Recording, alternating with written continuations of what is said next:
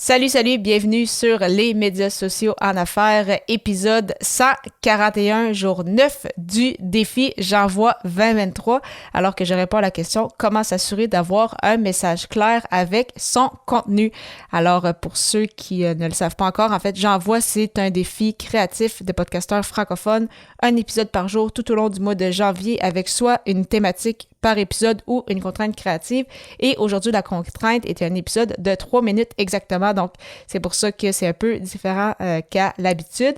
Et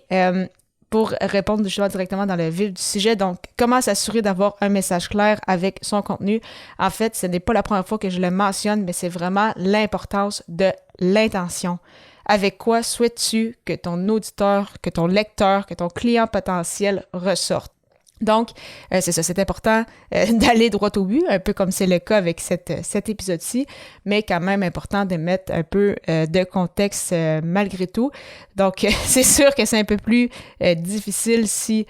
comme dans cet exemple-ci, c'est uniquement pour faire un épisode de 3 minutes, mais en temps normal, quand justement tu peux décider de la longueur de ta vidéo, si tu peux décider de ton texte ou de tes épisodes de podcast,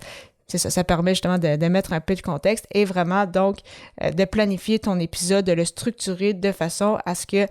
saches exactement quelle est l'action que tu veux que ton auditeur, que ton client potentiel fasse une fois qu'il t'a écouté. Donc, tu veux qu'il prenne action pour que justement convertir cet auditeur-là en client et en lien justement avec la thématique d'aujourd'hui, donc d'avoir un épisode de 3 minutes exactement, c'est que ça me rappelle mon expérience à la radio. Donc, j'ai fait de la radio pendant quelques années alors que j'étais à l'université et justement pour ceux qui ont déjà fait de la radio, que ce soit pour le plaisir ou même dans une vraie radio, donc radio étudiante ou autre, quand vous avez un temps donné, donc que ce soit pour une chronique par exemple, si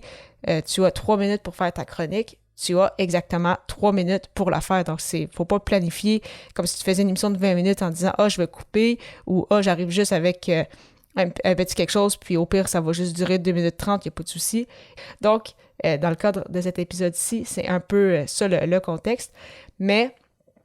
c'est ça, donc l'importance justement d'avoir un message clair, d'avoir un message structuré et de toujours avoir une intention.